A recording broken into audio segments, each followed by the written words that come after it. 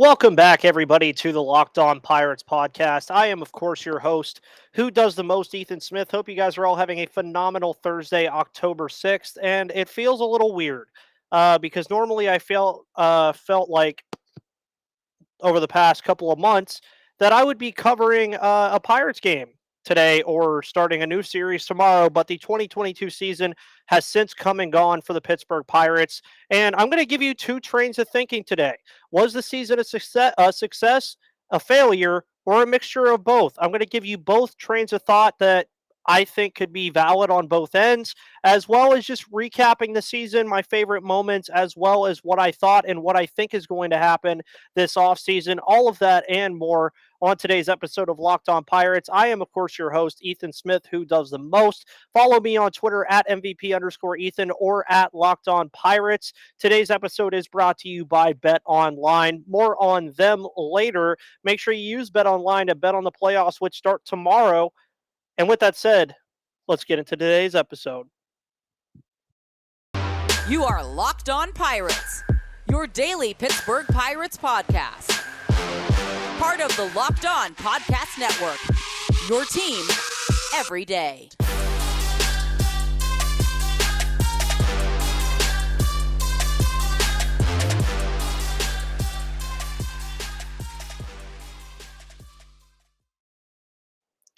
And welcome back to that Pirates podcast, everybody. I am, of course, your host, who does the most, Ethan Smith. Hope you guys are all having a phenomenal Thursday, October 6th. As mentioned, we're running pretty much right through the end of 2022. September came and went by pretty fast, and the season came and felt like it went by pretty fast as well. The Pirates season is over. It's my second full season of covering this team, and both seasons that I have covered this team, they have lost 100 games. So if you want to throw some blame at anybody, throw some blame at your boy. Because ever since I became the host of the Locked On Pirates podcast, the Pirates have had two 100 losing season or 100 lost seasons. Doubt that has anything to really do with me, but I've covered this team for the last 2 years, and it has been nothing but a blast. It has been nothing but a ride of fun. There's been their ups, there have been their downs, and I really think that's what 2022 was. As I talked about yesterday before the final game of the season, that I felt like Tuesday's game against the St. Louis Cardinals, in which they blew the lead in a much winnable game, was a microcosm of what we saw in 2022. And because I am usually the optimist here, I'm going to give you guys two trains of thought about 2022 that I have that kind of work on both sides of success and failure. We're going to start with success, and then at the end, I'm going to probably kind of gel them together. But I'm also going to have a poll linked with this episode that's going to give you guys the option of saying, did you think this was a successful 2022 campaign for the Pittsburgh Pirates or a not so successful campaign for Pittsburgh? But we're going to give you both trains of thought on that. Starting with the successful side, you look at what this team was doing for about the first half of the year, and right off the bat, you could tell that things are a little weird. You could just tell. Josh Van Meter and Yoshi Tsutsugo were getting ample at bats. Tsutsugo, of course, making a little bit more sense because the Pirates had brought him back on a 1-year, $4 million contract due to the way he ended 2021, where even myself and a lot of people, and we all have to admit this, were very happy that the Pirates decided to make that move and bring Yoshi back. It didn't pan out for him at all. It didn't work out for him very well at all. He was just horrendous this year. I don't think anybody's going to really doubt that. I think he was mismanaged. He was playing first base defensively a lot more than I felt that he should have, and it ended up in him being DFA'd. Josh Van Meter, of course, was acquired from the Arizona Diamondbacks after being put on waivers. A lot of us were joyous after his time here was done, and rightfully so, because you look at what the middle infield is now with Kevin Newman, Rodolfo Castro, O'Neal Cruz, and whoever else you want to throw in there like Diego Castillo. It's a much better unit than it was 6 months ago. And I think that's something that you can rightfully say about the Pittsburgh Pirates in general, how they ended the year and what the team just looks like. I mean, they used 68 total guys this year on a 26-man roster. Just remember that. But you can look up and down the roster and look at different units that are much better now than they were half a year ago. And 6 months ago does not feel like that long ago, but even go back 3 or 4 months ago, this team just looks completely different, has a different kind of energy about it, and it felt like these are guys that we're going to be watching for the next couple of years. So I think that's one of the successful things you could take from this is you look at the starting rotation. We'll go list by list here. The starting rotation still needs work, but there's names that are on the way that are going to help. Roansy Contreras and Mitch Keller cemented themselves as two pillars of this future rotation as long as they continue to improve and impress, which I believe both of them will. JT Brubaker is a solid option in the rotation as well. Outside of that, Zach Thompson and Bryce Wilson, not that great. Will Crow, of course, made the move to the bullpen, which was phenomenal for him. But you have names on the way. You look at Luis Ortiz. He came up and did pretty well in those couple cameo starts that he had. You look at Michael Burrows, who had a phenomenal year in the minor league level. You're going to have Quinn Priester, Cody Bolton, Tanaj Thomas, Carmen Majinski. You're going to have a lot of different names that are going to be on the picking for the rotation next season. But I do think the Pirates need to at least go sign one or two guys just to eat up some innings before these guys are ready, because I don't think you're going to see a lot of these top prospects until June again anyway, just because that's how the Pirates operate.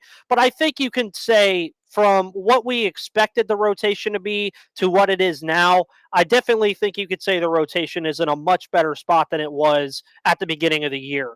Relief pitching, injuries just suck. David Bednar was out for like 2 months. Will Crow took the fall because pretty much he was just being overused.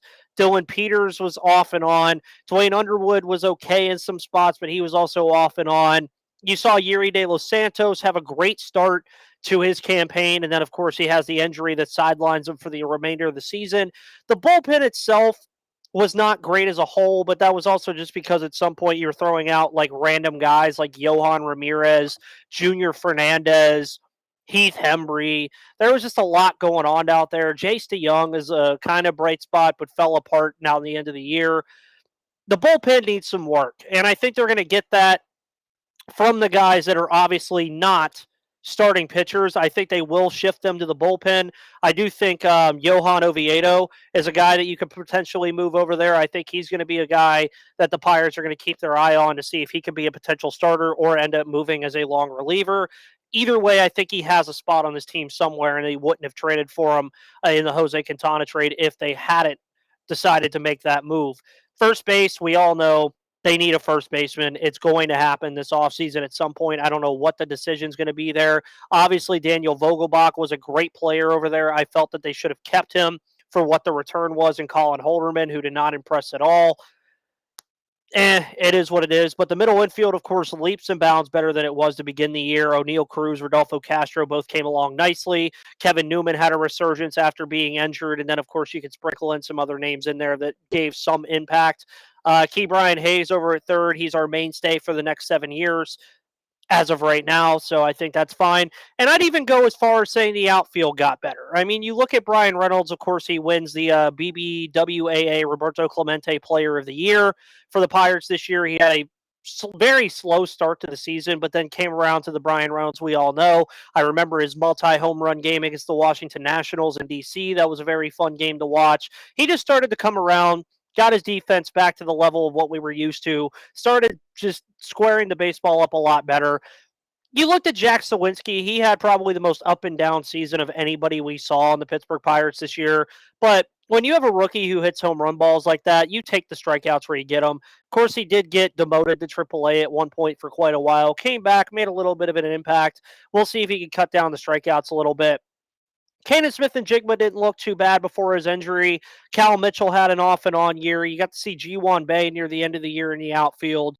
Travis Swaggerty made a slight appearance, but I have no idea what they're doing with him. But I would definitely say, as a whole, this Pirates team is better than it was 6 months ago. And that's something that I will stick to. That's something that I will definitely hold on to with this team. And I think it will only continue to get better in the offseason.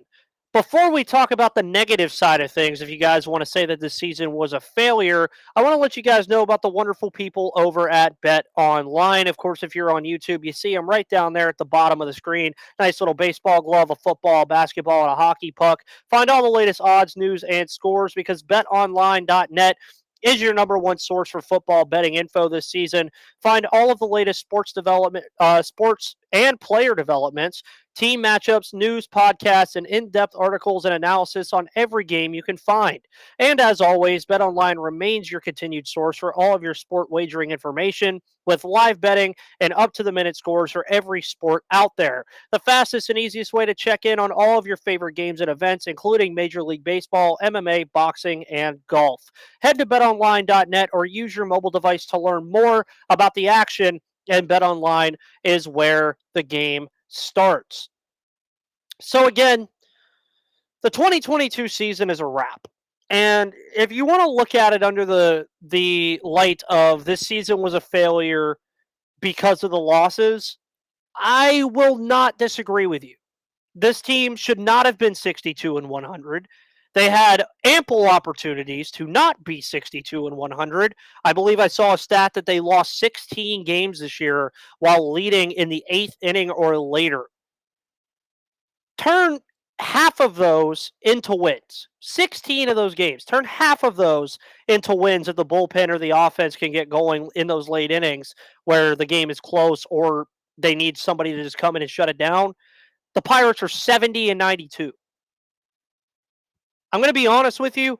70 and 92 and 62 and 100 aren't that different, but winning 70 games for this team would have done leaps and bounds for this team moving into 2023.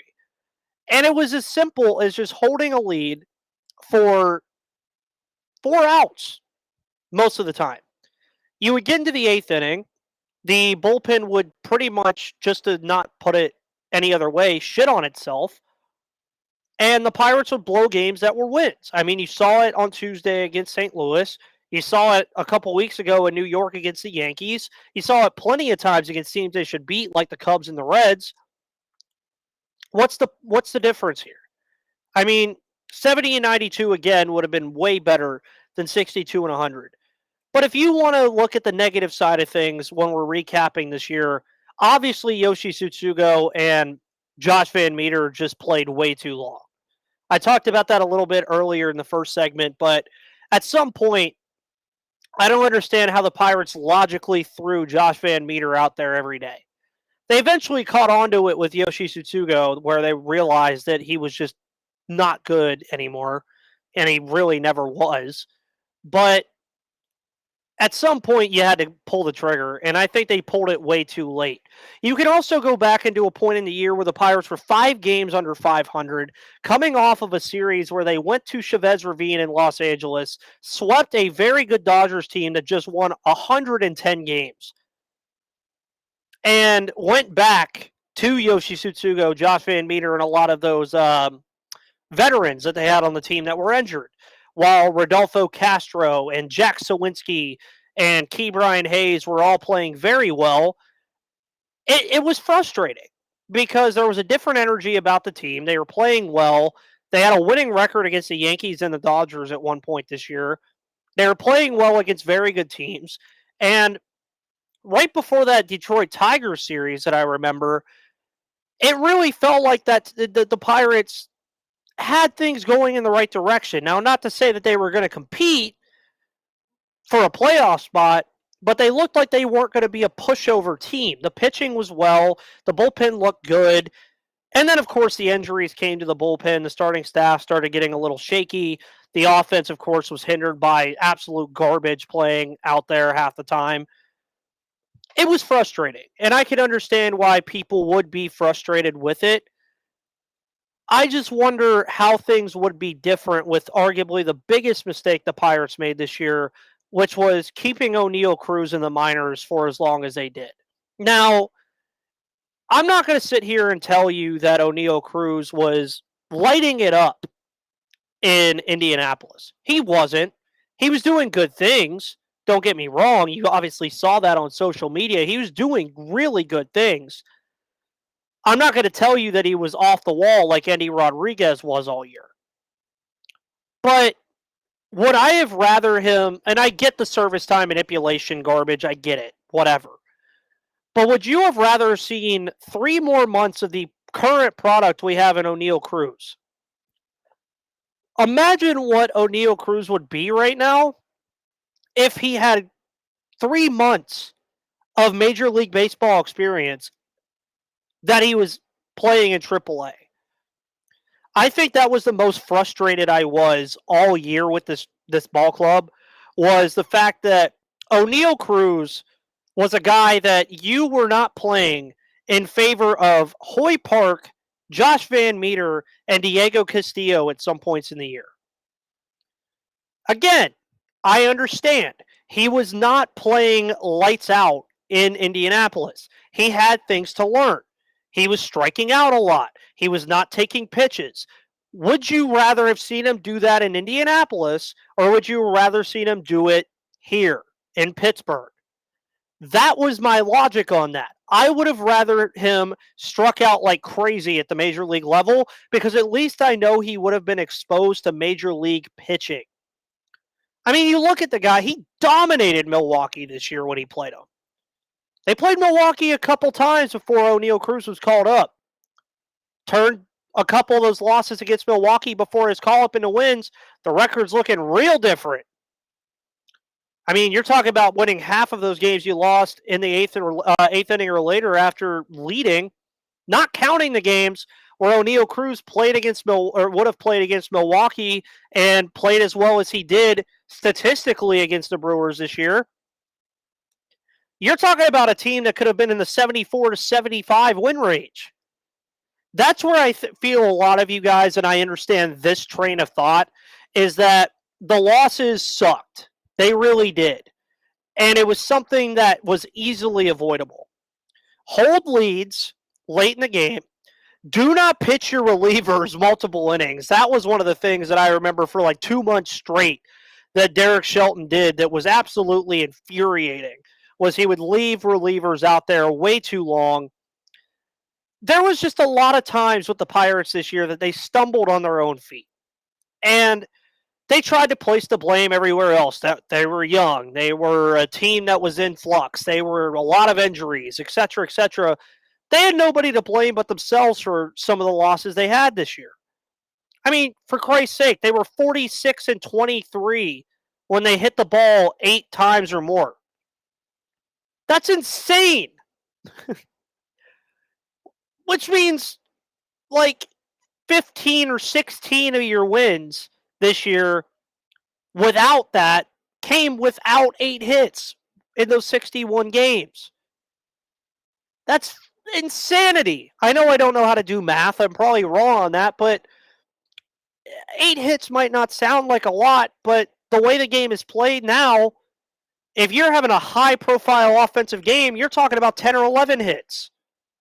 You were asking the Pirates to get 8. It just makes me laugh. And you guys, I think you like when I get energetic about this, but 62 and 100 was easily avoidable in a lot of different instances. Call up O'Neal Cruz earlier. He probably swings a couple of games. I'm pretty sure he finished the year with a positive wins above replacement. Get rid of Van Meter and Tsutsugo earlier. And don't kill the bullpen. I mean, it was just stuff that was like very simple to me that didn't make sense. And that's where people will ask me, do you think Derek Shelton is the right guy to do this? I still can't really give you a valid answer because of the talent on this team. There's real talent here, but I need to see it when this team is actually projected to be good. But is that going to be a downfall for the Pirates if he doesn't pan out? Who knows? And there was a ton of downs about this season. Just look at the wins and losses. Just look at how the team was managed. It's not rocket science. Not rocket science by any stretch of the imagination. It's right in front of your faces. It's not hard. The bullpen was mismanaged. Players that shouldn't have been playing on the team played for the team too long, and O'Neal Cruz wasn't here earlier. And they sent down Rowanzi for whatever reason. That's all there really is to say about it. But before I kind of gel these two ideas together to give you my final verdict, we're going to take a break, and I will be right back.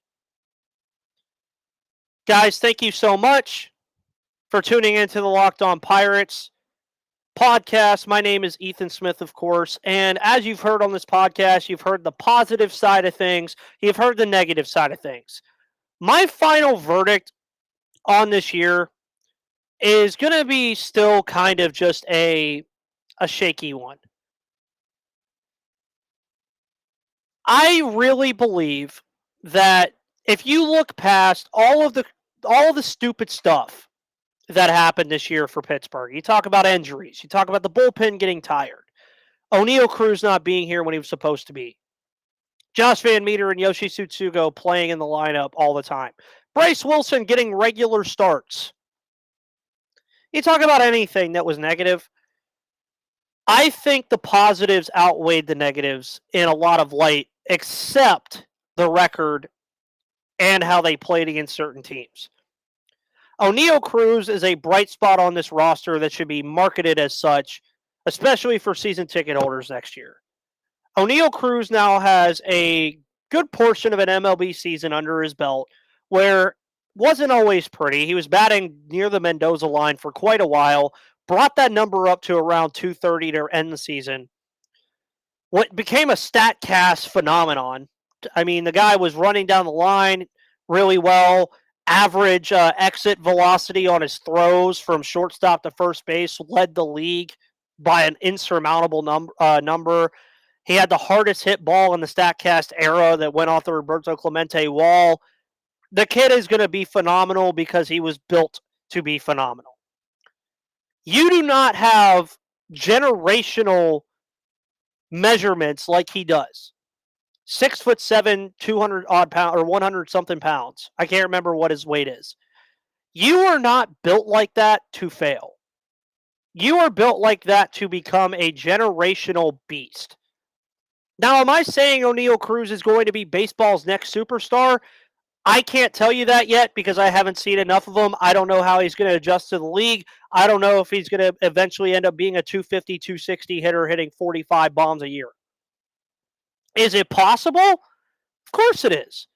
Do I think it's possible with Andy Haynes as the hitting coach? Not so much, but I also think O'Neal Cruz is better enough to not have that affect him. You look at Ke'Bryan Hayes. He's the one piece on this team that's locked up for a while. His glove is always going to be amazing. I'm sure he's going to be a Gold Glove finalist this year. I believe he led the league in defensive run save for third baseman almost the entire league. His bat is going to come around eventually. He just needs the injuries hopefully will stop for him. Brian Reynolds is still here. I'm sure they asked a question to him the other day about lobbying to spend some money, and it sounded like he was tired of losing. I think he's going to be here still. You look at all the young players on this team. Rodolfo Castro came along after the phone fell out of his pocket at Chase Field. Jack Sawinski's a home run machine when he gets a hold of the ball. He just has to bring the strikeouts down. Miguel Andujar was a late acquisition off the waiver wire from the New York Yankees, and he looks like a real player that could be a part of this team for a while. The Pirates have pieces, everybody. It's been a while. It's been since 2020 that they've had real, competent baseball players on their roster. Ke'Bryan Hayes, Rodolfo Castro, O'Neal Cruz, Mitch Keller, Roansy Contreras, David Bednar, Brian Reynolds. You could throw a couple other guys in there too that are all going to be a part of this team for quite a while as long as they aren't traded. I'm here to tell you they won't be because we like to throw shade at the front office. I will do it all the time. I think the front office had some incompetent decisions this year, like trading Daniel Vogelbach and now whining that they have an issue at first base. The Pirates are on track to do exactly as they said. They are on track to rebuild this team, bring in talent inside the organization, bring it up through the system, let it figure the things out, make some acquisitions in free agency that are small but effective, like Tyler Anderson and Jose Quintana and Daniel Vogelbach. And this team, I believe, is just ever so slowly closing the gap on eventually contending at least for a wild card spot in the National League. It also helps that the Reds are not going to be good anytime soon. It doesn't seem like the Brewers are going to fall off a little bit after missing the playoffs.